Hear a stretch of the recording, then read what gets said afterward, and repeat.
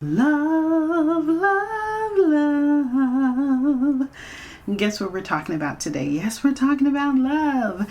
There are 4 kinds of love. Agape love is God's love for all of us, for all of humankind.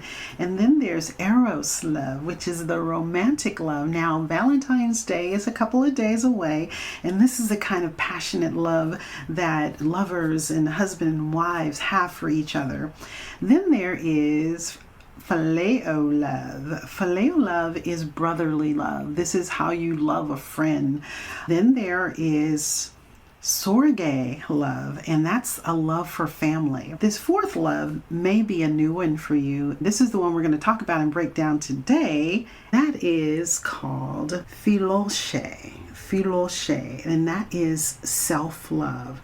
Now, I know, and maybe you've noticed this as well, that there can sometimes be a negative connotation to self-love. I think that's because it makes some of us think of pride or the ego.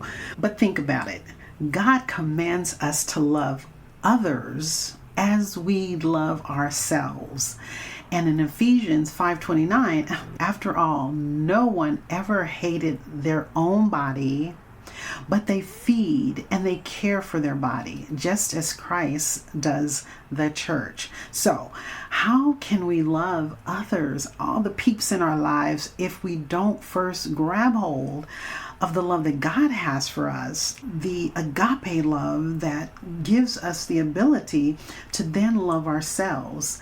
As we grow and we walk and we develop this faith in understanding that God loves us, then in return, we can share this love that we have for our family, friends, and anyone in your circle of influence. Let's jump into this and talk about this today in a way that will give you confidence and courage to not feel guilty or ashamed of loving yourself in ways that only you can do.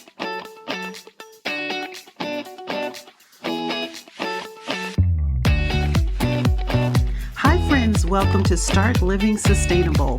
I'm your host, Cynthia Harvey-Brown. In this podcast, I'm going to help you discover sustainable ways to improve your overall health and well-being in your home. And I'm going to show you how to do this without spending a lot of time or money, all in partnership with God. Yes, if you're ready to show yourself some love, experience a new level of wellness, build faith, and align your values with God's vision for your life, then you're in the right place. Pour out the diet soda, and we should talk about those yoga pants. Let's have some serious fun in today's episode.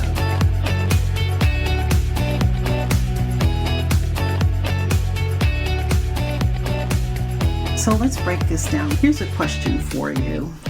When it comes to self-love, what steps can you take to prioritize your own well-being and self-love? Recognizing that doing so is not selfish, but it's actually essential for providing the love and the care for your loved ones and the love that they deserve. My home detox session, it's a 1-hour session. It will guide you through where you are right now so that you understand the steps to take to get to a greener, cleaner house that you can breathe in. You can be assured that you are setting the stage for wellness, not only for yourself, but for you and your family. I remember for years when I flew as an international flight attendant on charter flights, and I would pick up the PA system and I would make the announcement about the mask. In the event of an emergency, if the mask drops, make sure that you put your mask on first before you try and assist or help someone sitting next to you put their mask on. There's a reason for that. If you're not full, if you're not taken care of, how can you give into someone else's life? So it's important to understand that if you're empty, if you're overwhelmed, depleted, there's no way you can really truly give love or attention to someone else. It's not an all or done, and there's nothing wrong with you thinking, I've got to take care of my family first. And I know you're probably being pulled on all sides right now, and you have this sense of responsibility, and it's great as women We instinctively think about protecting our children. I've been there too, feeling like if things don't get done, I need to jump in there and get started and get those things done. I would sometimes feel guilty if I dare, ask for time alone, to rest, or just to re-energize myself. But the question remains, what steps can you take to prioritize your own well-being and your self-love, knowing that doing that is not selfish, but essential in order for you to provide the love and care for the ones around you that you love? Let's break this down, because I think recognizing the importance of self-love and knowing that it's okay to care and love for ourselves is essential, as I've said. And we must first of all recognize this and acknowledge that our well-being is just as important as the well-being of those that we care about. And many women, and you might be one of them, struggle with this misconception that prioritizing your own needs is selfish. Well, we've just established that that's not the case. Self-love, it's not about neglecting your responsibilities or your loved ones. It's about ensuring that you are mentally, emotionally, and physically healthy so that you can be present and supportive. And think about that oxygen mask principle that I mentioned earlier on the airplane. You need to secure your own mask, your own well-being first before you're able to really help others. This is a daily task, and sometimes we have to renew our mind about this. But when you take the time to reflect on what you're doing daily and what practices that you may have in place that involves taking stock of the activities or any routines that contribute to your own personal well-being. If you're not practicing self-love adequately, that might reveal something that's lacking in your ability to really prioritize what's important to others, because you don't know what's important to yourself. So establishing simple daily self-love and self-care routines are significantly important, and they will enhance your emotional and your physical well-being, providing you with more energy and patience to offer those that you care about the love and the attention that they need. So, when you think about it logically, what are we doing every day for our own well-being and joy? And how might neglecting that impact your ability to care for and love the ones that you say you love fully and completely? So think about that as you go through your day. Find those moments in time where you can just pour into your own body, into your own love. Secondly, you want to be able to identify the personal needs and boundaries that need to be set in place so that you ensure you're taking care of yourself, okay? Because your own well-being is critical. And this can vary from person to person. It might be engaging in physical activities or hobbies that you really love. For someone else, it could be just taking some quiet time to reflect and meditate on things that are not serving you well. Setting these clear boundaries is also key to developing a love for self. This means learning to say no and also asking for help when you need it and not overextending yourself. That is how you're going to be able to better understand that you have limits too, and that respecting those limits allow you to be more present and tune in to what your needs are so that you can actually understand and be able to address the needs of your spouse, your children, your coworkers, or even your friends.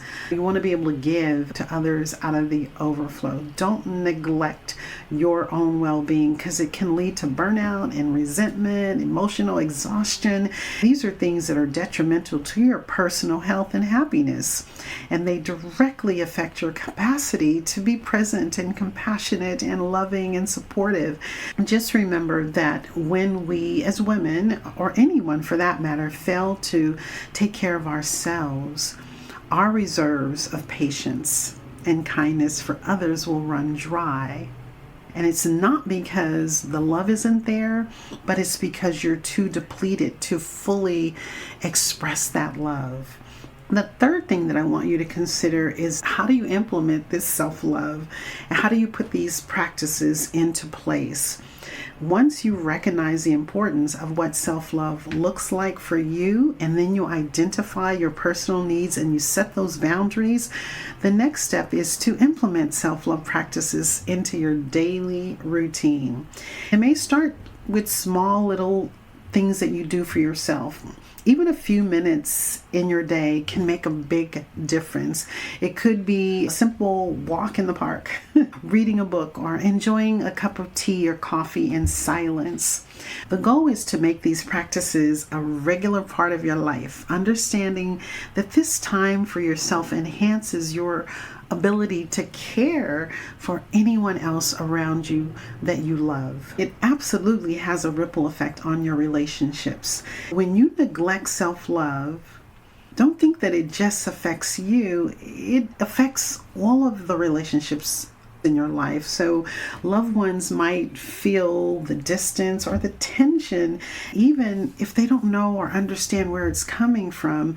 By practicing self-love, trust me, you will improve your interactions with others, offering them a more genuine, enjoyable you. This positive change can really help, and it will help you strengthen the bonds. It will help foster mutual understanding and encourage a healthier, more supportive dynamic within your family or within your relationship.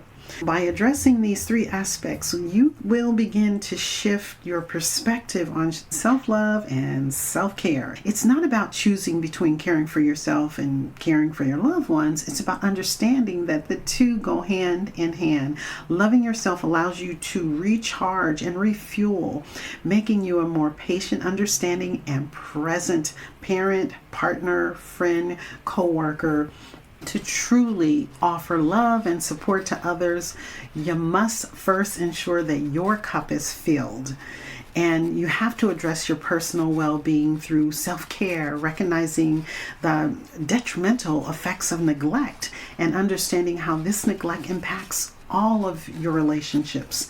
Let's take the time so that we can build meaningful steps towards loving ourselves. This self-love in turn enriches our capacity to care for our loved ones, creating a cycle of positivity and mutual respect within our homes and even our work environment. It's super important that we understand it's okay. In fact, we're commanded to love ourselves. Of course, one of the ways of loving yourself first, taking care of your own well-being, and then turning around and returning that favor to those that you love in your family, is to detox your home that contribute to the family's well-being and their health. This is laying the groundwork for caring for everyone in your family. I encourage you to book your 1-hour session with me so that we can go over the basics and you can learn in the session and come away with a clear understanding what your next best step is. In my home detox session, I will guide you through where you are right now to get to a greener, cleaner house that you can breathe in. You can be assured that you are setting the stage for wellness, not only for yourself, but for you and your family. So grab one of the available spots today and let's get started. Thank you for listening. I send my love, hugs, and kisses to you. Until next week, enjoy your Valentine's Day. Thank you for joining me here today at Start Living Sustainable. Please take a moment and head over to Apple Podcasts and leave me a review. That really lights me up. If you were encouraged or blessed in any way, show your love and share the episode link with someone that you know that may benefit. Thank you so much, and until next time, God bless you, sis.